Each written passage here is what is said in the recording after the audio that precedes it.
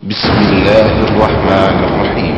ومن أحسن قولا ممن دعا إلى الله وعمل صالحا وقال إنني من المسلمين.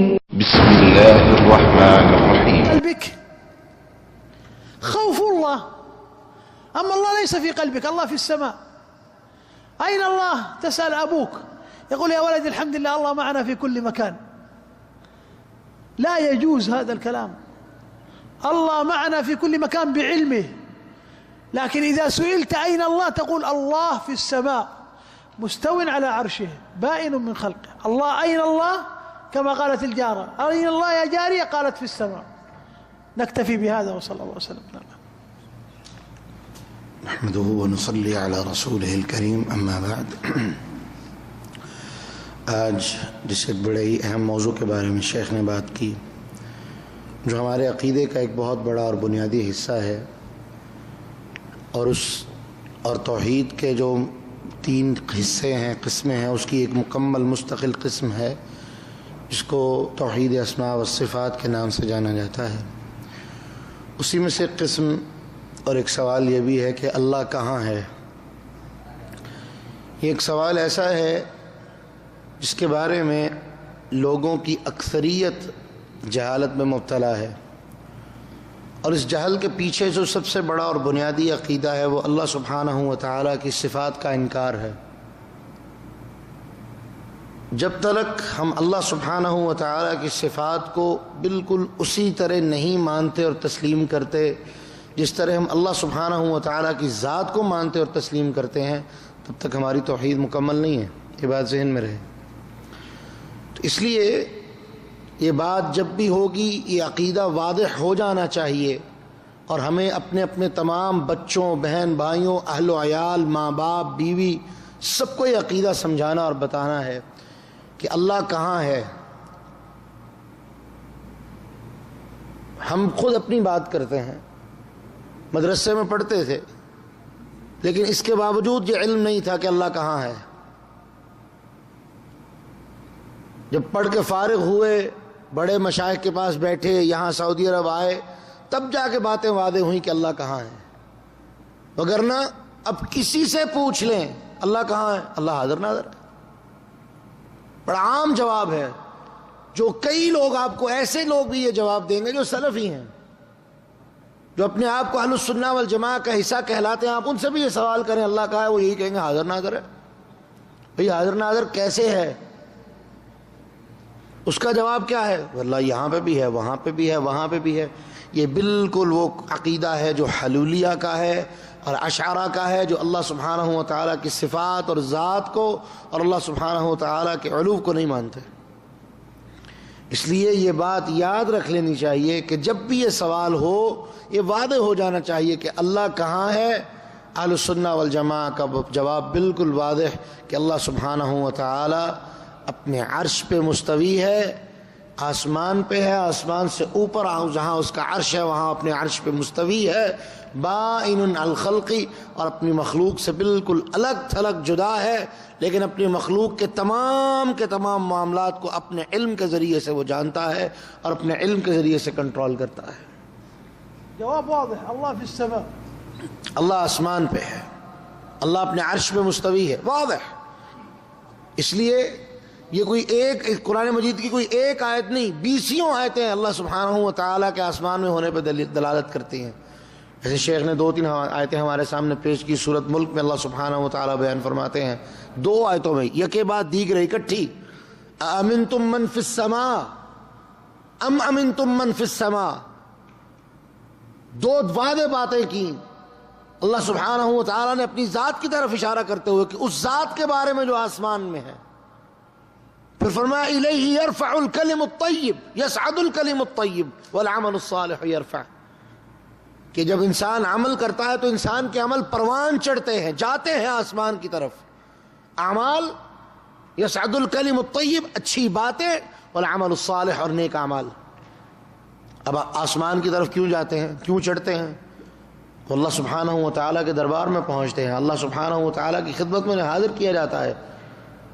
اس کے بعد جو حدیث ہے واضح حدیث جاریہ کے نام سے مشہور ہے، جو صحیح مسلم کے اندر ہے کہ معاویہ بن الحکم رضی اللہ تعالیٰ عنہ کی وہ لونڈی تھی، اس نے کوئی غلطی کی، انہوں نے مار دیا، لیکن وہ لوگ اللہ سے ڈرنے والے تھے، ڈر آیا اللہ کا دل میں، اللہ کے رسول کے پاس آیا، کہنے کہ اللہ کے رسول میری لونڈی ہے، اس نے کوئی ایسی حرکت کی ہے، ایسی بات کی ہے، میں نے اس کے غصے میں مار دیا، اب میرا دل اس کے بارے میں ڈرتا ہے تو میں اس کو آزاد کرنا چاہتا ہوں۔ فرمایا اس کو لے کے آؤ۔ وہ آئی، شاہین اللہ کہاں ہے؟ قالت فی السماء، آسمان میں۔ اب اس حدیث سے شیخنا نقطہ جمیلہ، اہل البدع یاخذون الاستدلال من هذا الحديث، قال هي تقول الجارية الله في السماء، يعني ما حدد مكان الله سبحانه وتعالى، قال في السماء هنا وهنا وهنا وهنا. نحن نقول لهم قولوا مثل ما قالت الجارية بس. يعني اہل البدع يستدلون من هذا الشيء استدلالات فاسدة. اہل بدعت جو ہیں اس حدیث سے بھی غلط قسم کا استدلال لینے کی کوشش کرتے ہیں۔ کیوں؟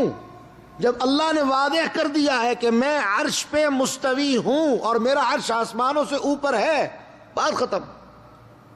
اور یہی اب تمام احباب کو یاد ہوگا، مسجد شہداء میں ہم نے اس موضوع پہ لیکچر دیا تھا، عین اللہ کا اس کا عنوان تھا، یوٹیوب پہ موجود ہے۔ اس کے اندر 5 باتیں میں نے واضح کی تھی کہ اہل السنہ والجماعہ کے عقیدے میں 5 باتیں واضح ہیں کہ تعویل، تشبیہ، تمثیل، تعطیل، تاویل کوئی چیز نہیں ہوگی، جس طرح بیان کیا گیا ہے من وعن اسی طرح اس کو تسلیم کر لینا ہے، یہ ہم پہ فرض ہے۔ کیوں؟ تعویلات، تمثیلات، تشبیہات، یہ ساری چیزیں جو ہیں یہ اہل البدع کے ہاں پائی جاتی ہیں کہ وہ ان چیزوں کی تعویل کر کے دین کا حلیہ بگاڑ دیتے ہیں، اور جب حلیہ بگڑے گا تو کیا ہوگا؟ انسان کفر اور شرک اور لغویات میں مبتلا ہو جائے گا۔ تو اس لیے یہ بات بالکل واضح ہے۔ اللہ کے رسول نے اس لونڈی سے پوچھا بتاؤ اللہ کہاں ہے؟ اس نے کہا فی السماء، اللہ آسمان میں ہے۔ اور فی السماء سے یہ مراد نہیں جو بدعہ لیتے ہیں کہ اللہ آسمان میں جہاں مرضی، معاذ اللہ ثم معاذ اللہ، کہ اللہ آسمانوں میں جہاں مرضی گھومتا پھرتا ہے، اس کا کوئی ٹھکانہ ہی نہیں ہے، کفر ہے۔ اور اگر میں یہ بات کہوں تو یہ بالکل واضح ہو جائے کہ ان عقیدے کی بنیاد پہ وہ اللہ سبحانہ و تعالیٰ کے وجود کا انکار کرتے ہیں، تو صریح کفر ہے۔ اس لیے اس لونڈی نے وہی حقیقت بیان کی جو تھی کہ اللہ آسمان میں ہے، اور آسمان سے مراد واضح اہل السنہ والجماعہ کا جو عقیدہ ہے کہ اللہ سبحانہ و تعالیٰ اپنے عرش پہ مستوی ہے۔ پھر پوچھا میں کون ہوں؟ قال انت نبی اللہ، قال اعتقها فانها مؤمنہ وفی روایت اخرى انها مسلمہ۔ اللہ کے رسول نے کہا اس کو آزاد کر دو، یہ مومنہ ہے، یہ مسلمان ہے، اس کو آزاد کر دو۔ یہ بات بالکل واضح ہے، اس لیے ہم نے اپنے تمام احباب کو یہ بات واضح کر دینی ہے، اور ساتھ اس بات کے اوپر خاص طور پہ تنبیہ کریں۔ جیسے شیخ نے کہا جامع ازہر جو مصر کے اندر ہے وہ اس فتنے کا سب سے بڑا مرکز ہے، وہ اشعری ہیں خود اور اس عقیدے کو پھیلا رہے ہیں۔